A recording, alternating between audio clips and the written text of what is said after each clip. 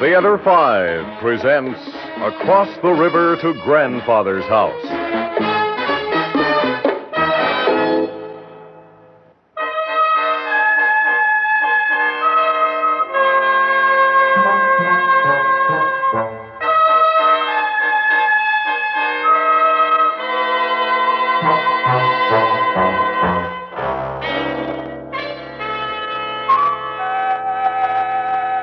Well, dishes are all done. Oh, that's splendid, Jonas. Yes.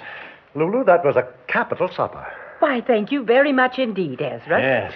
Well, it's nearly 8 o'clock. Shall we start the meeting? Oh, yes, indeed. And I believe it's my turn to be chairman, isn't it? No, mine, I think, Cousin Jonas. No, I believe you were chairman last night, Ezra. He's right, Cousin Ezra.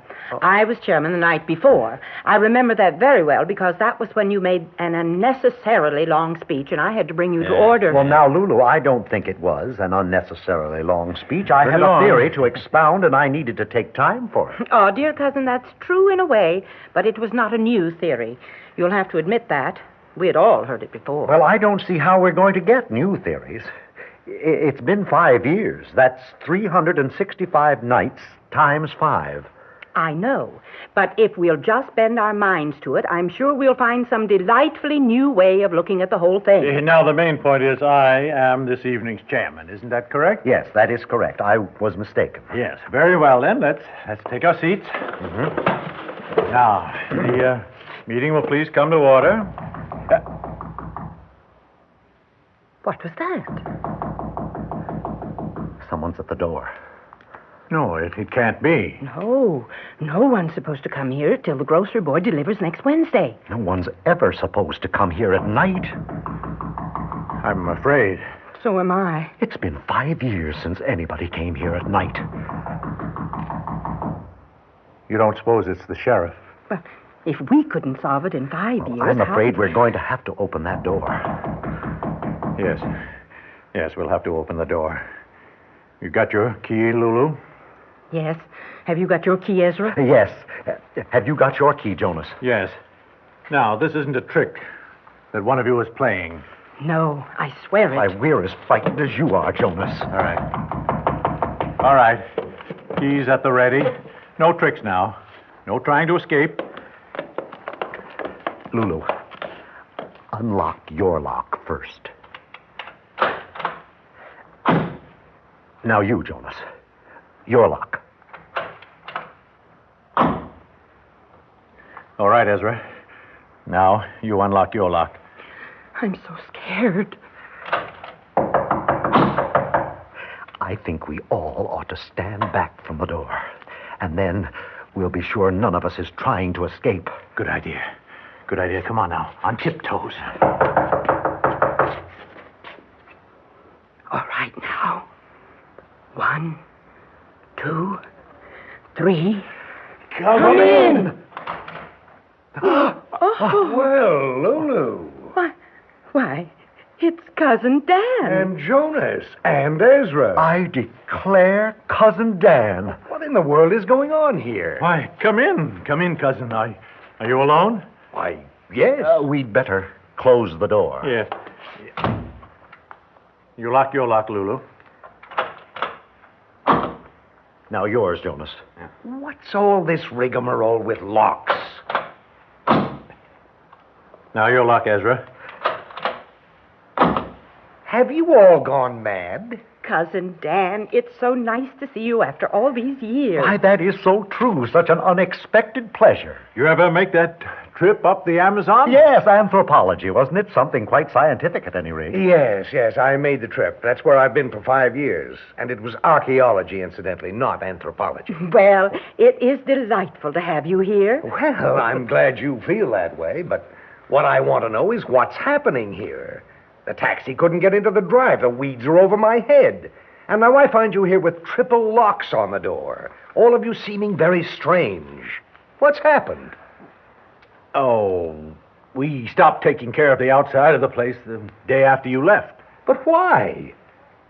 Say, wait a minute. Those windows are barred. Why? Oh, that's so that none of us can get out when the others aren't looking. Well, I should think that when anybody wanted to go out, he'd use the door. There are 3 locks on the door, and each of us has 1 key. You mean to say you're keeping each other prisoner here? Very keen of you, Dan. You hit the nail right on the head. I don't understand any of this, and I do want an explanation. But please, because I love you, listen to one thing I have to say before you explain. Why, certainly, Dan. Whatever has happened here must have happened because we're an unstable family. That's true, you know. What I'm saying is that I'm afraid the Bartlett eccentricity has touched all of you. Well, that's a theory we haven't thought of yet. It still wouldn't explain all the things that need explaining. Look, I didn't get back from the Amazon River until a couple of weeks ago, and then Mr. Harrison, my lawyer, told me that Grandfather had died. That's the only fact that's absolutely certain, that he did die. Well, anyway, Harrison told me that I'd inherited 1/4 of Grandfather's wealth, and that is a lot of money. Yes, it certainly is. And he told me, too, that each of you had inherited 1/4. And that you'd all stayed here, living on in Grandfather's house. I didn't believe him. Well, he was right. Here we are. I found out that you did have a phone. I tried to call you long distance, but I never got an answer. So I decided to come on here. Oh, we never answer the phone. Oh, no, of course not. We've got a very complicated lock on it. Very Oh, complicated. With 3 keys, I suppose. Yes, that's right. You see, Dan, we've agreed that no one of us should be able to communicate with the outside world unless the others have helped him unlock the phone and are standing right there to make sure he does nothing but order the groceries. Well, of course, that seems like the reasonable thing to do under the circumstances. Yes. Have you ever thought of calling in a psychiatrist? That's an interesting idea, Dan, but it wouldn't solve the problem. What problem? Why, the day I left, you, Lulu, were planning to get married. Ezra, you were just about to enter graduate school at Columbia to work towards your Ph.D. Mm-hmm. And, Jonas, you told me yourself that you couldn't stay here at Grandfather's more than a day or 2 longer, because back in your hometown, the store needed you. And now, 5 years later, you're still all here. Now, Dan, why don't you sit down at the kitchen table? Yes, do that, Dan. We were about to sit down here anyway and go over the whole thing ourselves. Yes, we do that every night. Have you done it every night for 5 years? Of course. Poor Cousin Dan is disturbed about the way we're living. Dan, let us relieve your mind. Oh, we were a little unhappy about it at first ourselves, though, of course, we saw the necessity of it. But really, we like it now, don't we, Ezra? Don't we, Jonas? Oh, yes, indeed we do. Yes. We take great pleasure in each other's company. We've always liked each other, you know. Is that why you keep each other prisoner? That has nothing to do with it. It's necessary to keep each other prisoner, but we have an excellent life here. Now, for one thing, of course, we have Grandfather's fortune, 1/4 of it apiece. We have it in the local bank. We bank by mail, of course. Yes, and we send orders for books and records and everything without ever leaving the house. We read, we listen to music. We have a fine life, really. So, Cousin Dan, why don't you just sit down here and help us grapple with our problem tonight? I'd like to, but... Well, the fact is, it's been just fine to see you all again, but I have to leave. Dan, I'm afraid we can't let you go. What do you mean? We haven't told you what the problem is. The problem? The problem we grapple with every night. It really does concern you, or ought to, if you have any family feeling. Yeah, well, I'm sure it's a very interesting problem, but you see, I have an appointment with a man. In the middle of the night? I think you'll find our problem fascinating. Well, I suppose I could stay a little longer. That's fine. But only a little longer, you understand. I'm so glad you're staying. Well, let's get on with it, shall we? I believe I'm the chairman this evening. Meeting will please come to order.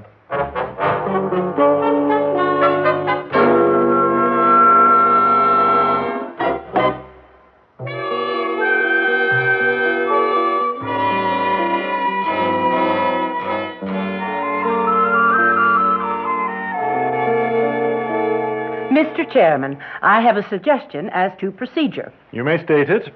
Since we have present with us at this meeting our cousin Dan, and since he does not know the background of our problem, I suggest that we go over it for him. If there is no objection, it is so ordered. The chair does think it would be advisable to acquaint our guest with the nature of the problem. Well, the problem is... You are out of order.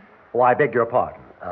Mr. Chairman, The chair recognizes Ezra Bartlett. the problem is, who killed Grandfather? Thank you, Ezra. Now, Lulu, would you like to start filling in the background for Cousin Dan? Grandfather was murdered? You are out of order. Miss Lulu Bartlett has the floor. The case of Grandfather Bartlett is one of the strangest tales in the annals of crime, comparable only to the Borden case in Fall River, Massachusetts, and the Wallace case in Liverpool, England. 5 years ago, Grandfather Bartlett called all his living relatives to this very house to interrogate them about their lives. Present then in the house 1 week before the fatal day were Grandfather Bartlett himself, of course, Cousin Jonas, Cousin Ezra, Cousin Dan, and Cousin Lulu. I know all that, Lulu. I'll never forget it. The old man threatening to disinherit us if we didn't do... Order!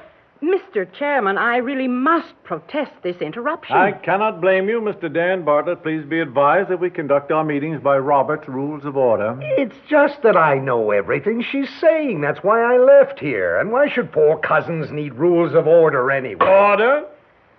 Miss Lulu Bartlett, you still have the floor. In the greatest of classic crimes, the victim has usually brought about his own murder in one way or another, and so it was in the case of Grandfather Bartlett. The autocratic old gentleman insisted that Cousin Lulu give up her plans to be married, that Cousin Dan forego the pleasures of the trip up the Amazon, that Cousin Ezra leave graduate school and go to work, and as for Cousin Jonas, he made the mistake of asking his grandfather for a loan against his expectations, and was told that this settled it once and for all. For him, there would be no expectations. Very well. Cousin Ezra, would you care to continue the narrative? Thank you, Mr. Chairman. The serious student of criminal motivation must note that all 4 of these cousins stood in danger of disinheritance. One of them, young Dan, seemingly did not mind. At least, that was what he told the others. Wait a minute. Wait, this is all unnecessary. We were all there. We know what happened. And why be so literary about the way you tell it? I will remind our guest that at this moment, Cousin Ezra has the floor. Proceed, Ezra. And Cousin Dan left. It was an act of which the others all stood in awe. For surely when Dan handed his front door key to his grandfather, he was in effect also handing back his inheritance. The following day, Dan was on a plane headed for Brazil. And on that day, someone killed Grandfather Bartlett, thus saving Dan's inheritance for him, along with Jonas, Lulu's, and Ezra's. Thank you, Cousin Ezra. Lulu, you may tell the meeting how Grandfather was killed. He was killed with a poker in the parlor of this house, apparently at exactly 11:19 a.m. One of the blows from the poker put the old gentleman's pocket watch out of commission and must have knocked a small table clock to the floor. Both timepieces were stopped at 11:19. Thank you. Ezra? It was obvious to the police that either Lulu, Jonas, or Ezra had committed this murder. However, each of them had an ironclad alibi. The chair directs Lulu to review her alibi, and our guest may ask questions. From 11:04 to 11:47, I had been talking long distance on a reverse charge call, for which, of course, the telephone company kept a record. Well, you might have kept the line open and gone into the parlor to kill your grandfather. I might, but you remember where the telephone was in those days? Yes, in the study, in the L at the back of the house. Correct. And I would have had to pass through the kitchen. I would also have needed the connivance of my fiancé, because he testified that we were talking throughout that time, But a fiancé's testimony wouldn't be conclusive. No, but passing through the kitchen, I would have been seen by Ezra. He testified that I never came out of the study. But if Ezra were not telling the truth... The chair recognizes Ezra on that point. The police had to admit that I was telling the truth because I had a corroborative witness. Who? A delivery boy named Wayne Johnson. He brought groceries, and when I invited him to have a cup of coffee with me, he looked at the time. It was 11:06, and he decided to have a cup of coffee with me. He did not leave until Lulu came back out of the study. He looked at his watch then, 11:48 it was, and declared that he'd better get going. Thank you, Ezra. Thus it was that in the case of Grandfather Bartlett, 2 of the suspects were eliminated. The 3rd suspect was myself. Perhaps our guest would care to question me? Look, I'm willing to take your word. I prefer to be questioned. I really have to go. Mr. Chairman, our guest thinks we're all demented. Oh, no, it's not that. Well, yes, it is, too. I don't understand why you're all keeping each other prisoner. And I want to... You want to get out of here? Well, I do have to go. I have this The date. chair begs leave to doubt you. In any case, the chair insists that you question him. Oh, for heaven's sake. You can't get out, Cousin Dan, until we're prepared to let you out. What is this anyway? I insist that you hear my alibi. Oh, all right. But then I'm going. What is your alibi? I was in the garden all morning. Can you prove that? The delivery boy saw me as he came up the walk with the groceries. Ah, but that was before the murder. Oh, he's not my only witness. I call on Cousin Lulu. As I talked on the phone by the study window, I saw Jonas every second of the time. Ezra. And as the delivery boy and I sat at the kitchen table by the window, we saw Jonas. What about collusion among the witnesses? You all gained materially by the murder. An excellent question. But if the witnesses were guilty of collusion, we would have to include the delivery boy among them. Oh. You see, we all had alibis. Well, then, a stranger got in the front door, went to the parlor, and killed Grandfather. Lulu, will you handle that suggestion? The front door was locked. The windows were as Grandfather always kept them, closed and locked. I'll be darned. The mystery is getting to you, isn't it, Dan? No. I have to leave. I'm glad that none of you could have committed the murder, but I do have to leave. We're disappointed, Dan. You have no more questions? No. Of course, you all had keys to the front door. Ezra, will you handle that objection? It's true that we all had keys, but we all had alibis, too, unshakable alibis, reinforced by the grocery boy. Now, may I, as chairman, sum up? Our guests can surely see why we stay here and sit down around this table each night, why we have done that each night for the last 5 years. One of us committed the murder, yet none of us could have committed it. Each night we go over the facts and we advance theories. Lulu? You always liked mysteries, Dan. Give us one theory. All right. The only theory I have is that all of you did it. What? Ezra called the delivery boy's attention away from the outdoors. Lulu climbed out the window, ran round to the front of the house while the delivery boy wasn't looking, used her key, murdered Grandfather, ran back while Ezra again diverted the delivery boy. Well, that's it. That's the theory. Lulu? Delightful. That's one of the finest theories we've had. Still, it's our customary procedure to pick flaws in theories. Do you see a flaw, Lulu? My fiancé would have had to be in on it. Ezra? And there wouldn't have been any reason for all of us to stay here all these years trying to solve a mystery, which would be no mystery to us at all. Mr. Chairman, Lulu? I have a brand new theory, one we've never heard before. Splendid. What is it? Cousin Dan did it. Now, wait Order, a minute. order. Justice. Dan left the day before, and we know that he flew from New York City to Brazil at 2 p.m. on the day of the murder. But suppose he'd made a duplicate of the front door key. Suppose he had flown back from New York, sneaked in, and killed Grandpa. Now, wait a minute. I object to that. Order. This is most unseemly, Cousin Dan. We never have had impoliteness at any of our meetings. Impoliteness? She's accusing me. Order. Go on, Lulu. Well, then he could have flown back to New York and on to Brazil. I admit it's a very tight timetable, but it is possible. Does anybody see any flaws? Flaws? Of course there are flaws. Mr. Chairman, he would have had to count on not being interrupted and on being able to catch Gramps alone in time to get back to New York. The objection seems well taken. Even so, Mr. Chairman, Dan is at least as good a suspect as any of us. I think we can agree on that. I'm going to get out of here. Oh, no. You're a suspect now. You have to stay with us What do you mean? For how long? until the mystery is solved. But it'll never be solved. That's very likely true. Let me out of here. You'll love it here, Dan. Order. Let me out of here. You can't do this. I suppose we shall have to allow Dan a little latitude until he gets used to the fact that he's here for good. Well, let us go on with the meeting, shall we? Has anyone else any other theories to advance this evening? Lulu? I haven't, Mr. Chairman, but I'm so glad Dan came. He's got such a good mind. In a year or so, when he calms down, I'm certain he'll advance some perfectly wonderful theories.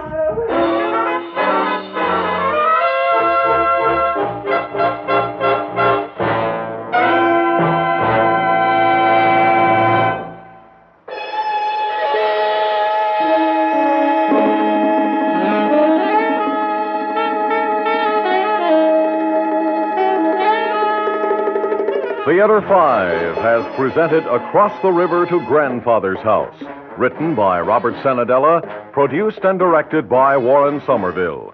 In the cast, Alan Bunce, Alice Ghostly, James Monks, and Court Benson. Audio engineers Marty Folia and Ed Salzman. Sound technician Ed Blaney. Script editor Jack C. Wilson. Original music by Alexander Vlastatsenko. Orchestra under the direction of Glenn Osser. Executive producer for Theater 5, Mr. Lee Bowman. We invite your comments. Write to Theater 5, New York 23, New York. That's Theater 5, New York 23, New York. This is Fred Foy speaking.